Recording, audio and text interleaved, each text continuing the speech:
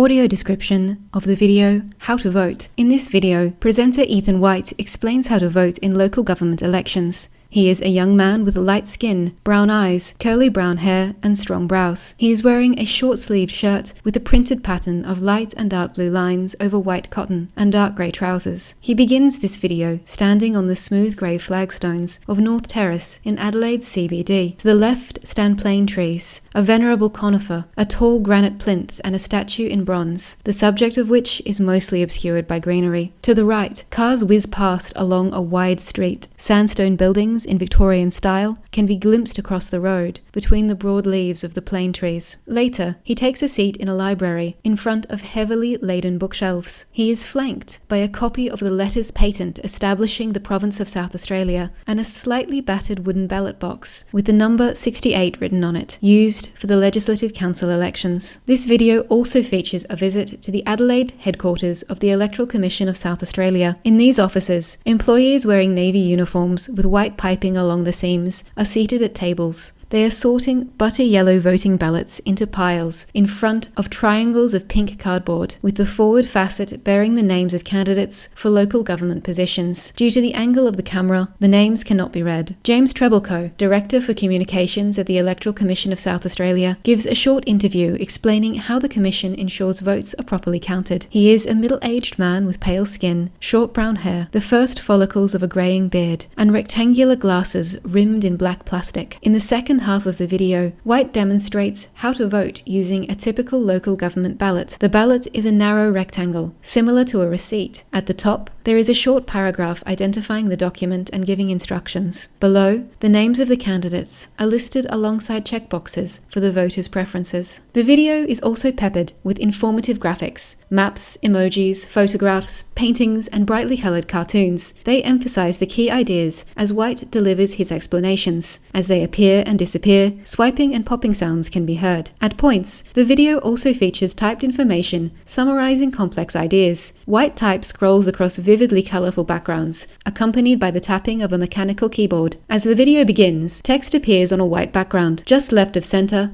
History Trust of South Australia is written in small, dark blue capitals. The words explore, engage, learn swipe onto screen in huge headline format. These letters are cutouts from photographs, the first showing a terrestrial globe, the second showing strips of brightly coloured fabric, and the third showing 5 children, grinning and running towards the camera. So elected members are made up of mayors and councillors, people elected by the community to represent them. But who are elected members? What do they do and how did they get there? White text on a background of shifting colours. How do you vote in local government? In the library. Members of the community can put their name forward to be a candidate for either mayor or councillor for their local council. This is called nominating. Nominating as a candidate means you are willing to put yourself out there and potentially be elected to represent your community as either a councillor or as mayor. In South Australia's local government elections, to nominate for a position on council, you don't need to be part of a political party. In fact, most elected members are not members of a party. You can nominate as long as you're eligible, which means you need to meet a set of rules. You need to be an Australian citizen, 18 years or older, and live or own property within the council area you want to run for. Then you are all set and can run for council. There are only a few exceptions of people not eligible to run for council. They are members of parliament, either state or federal. They're too busy governing other levels of government. An employee of the council. You can't work for the administration of council and be elected onto the same council at the same time. If you're imprisoned, if you're bankrupt, but as long as you're none of those things and you're up to the challenge of being an elected member, you are ready to nominate for council. Running an election is a complex task, and it's important that it's run independently and fairly. That's the job of the Electoral Commission of South Australia, or EXA. They are in charge of running over 60 local government elections all at once, one for each council every 4 years. I popped into EXA's headquarters in Adelaide to speak with James, who told me all about who the Electoral Commission are and how they run local government elections in South Australia. My name's James Trebleco. I'm the Director of Communications for the South Australian Electoral Commission. The Electoral Commission of South Australia is the organisation who runs elections in South Australia.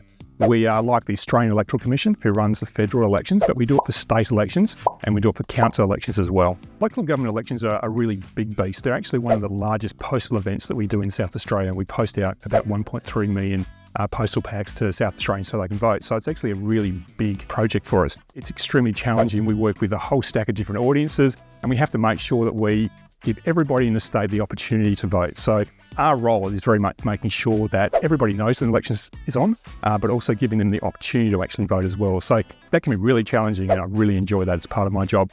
When we run an election, it's really important that it's transparent and we have a high level of trust in terms of the counting process.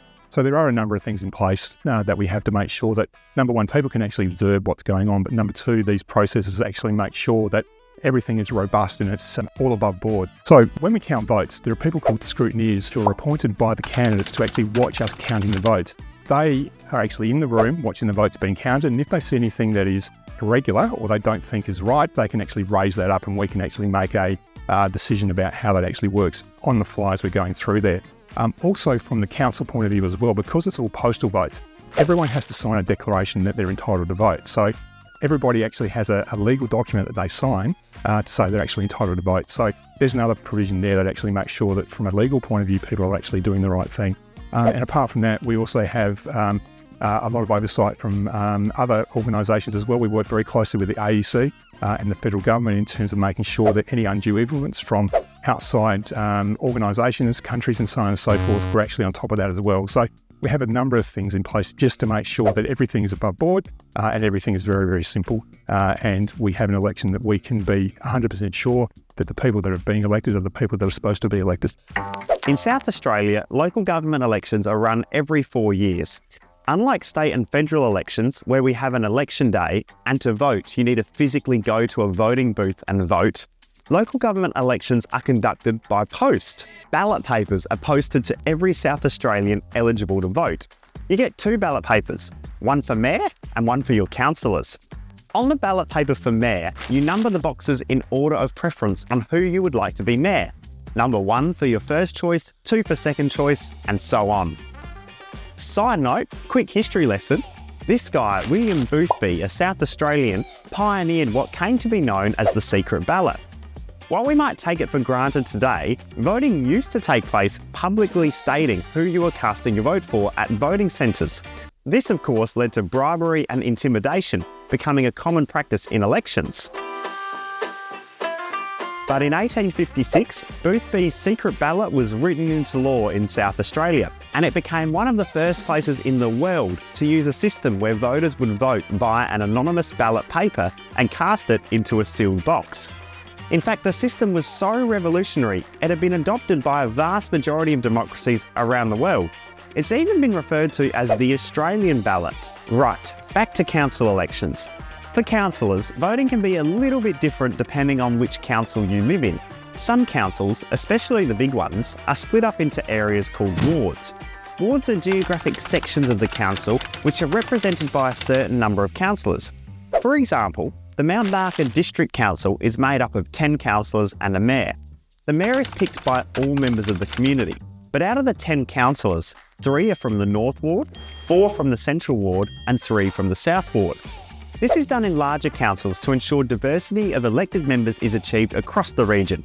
Otherwise, you might end up with all of the councillors being from one suburb, town, or specific area of the council. Ward councillors ensures that there is adequate representation from across the council area. So, when it's time to vote, you are only voting for councillors that are from the ward you live in. If your council doesn't have wards, you vote on councillors from the entire council area, known as area councillors. Again, you number the boxes with 1 being your most preferred candidate, followed by 2, 3, 4, and so on. You number the boxes for as many positions as there are vacant. So for example, if there are 3 people representing your ward, you number 1 to 3. Or if there are 10 area councillors, you number 1 to 10. There's a few things to keep in mind when you're voting. You have to make sure you number all of the boxes you're supposed to. No ticks or crosses, numbers only.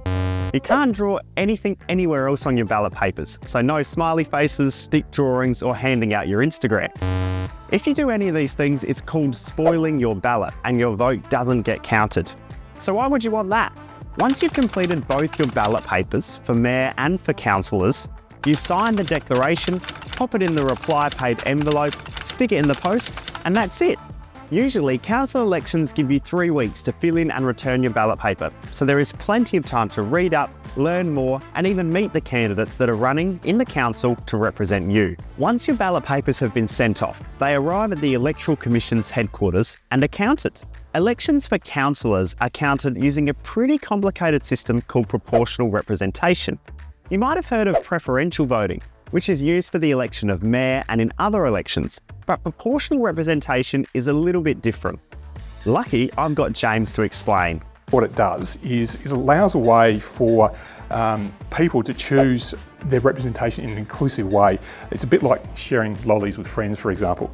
So if you imagine you've got different types of lollies, you've got jelly beans, you've got chocolates, and you've got lollipops. Instead of picking one as your favourite, you actually get to rank them as your most favourite to your least favourite. If you've got 100 friends and there are 3 types of lollies, jelly beans, chocolates and lollipops, if 40 of your friends like the jelly beans most, that's their first preference. 30 of them like chocolates most, that's their first preference. And 30 like lollipops most, that's their first preference. But here's where it gets interesting. In the same way, there's different political parties and candidates. Votes are counted based on people's first and other preferences. So for example, you can move your votes to chocolate as that's your second favourite. This helps make sure that different ideas and different groups of people are represented, even if they're not the most popular choice overall. It's a fair way of making sure that everyone's voice is heard in making decisions. So, just like sharing candies fairly with friends, proportional representation helps us make sure that different ideas and groups of people get the chance to be part of decisions in their communities. In the council proportional representation voting system, your vote really counts, and it helps create a government that represents the diversity of people's opinions and ideas. Unlike federal and state elections, if you live in a council area but aren't an Australian citizen, you are still eligible to vote in council elections. This means that families, business owners and community members who are residents of your community but aren't Australian citizens can still have their say on the community that they're part of. Local government elections in South Australia are actually not compulsory, meaning you don't have to vote. On average, only a third of eligible voters actually vote in local government elections in South Australia. To vote in a local government election as well, you have to be 18 years or older. What do you think about these requirements? Do you think council elections should be compulsory? And should the voting age be lowered from 18? Well, there you have it. Now you're equipped with the skills ready to vote at the next local government elections. You know how to vote for mayor and councillors. You know how the elections work that get them into their positions, but do you know exactly what these elected members do once they are elected? How councils are organised and what they actually do on a day-to-day basis to get things done? Find out in our How Local Government Works video. With special thanks to the Local Government Association of South Australia, the Electoral Commission of South Australia, the Town of Gawler, the cities of Adelaide, Burnside, Playford and Onkaparinga, the District Council of Kimber, the Parliamentary Education Office, the Australian Electoral Commission and Peter Morton, author of Afterlight, A History of the City of Adelaide and its Council, 1878 to 1928, published in 1996. Images and footage courtesy of the Parliament of South Australia, the Parliament of Australia, David R. Horton and the Australian Institute of Aboriginal and Torres Strait Islander Studies, the City of Mitcham, Kangaroo Island Council, the City of Onkaparinga, the District Council of Orroroo-Carrollton and the City of Holdfast Bay, Mount Barker District Council, Mid-Murray Council, the City of Adelaide, the City of Charles Sturt, the City of Burnside, the State Library of South Australia, the Art Gallery of South Australia and the Barossa Council. White logos on a sky blue background, the Local Government Association of South Australia, the SA Department of Education, and the History Trust of South Australia. Finally, white text on royal purple, the Government of South Australia, the History Trust of South Australia, and the website education.history.sa.gov.au. This is the end of the audio description.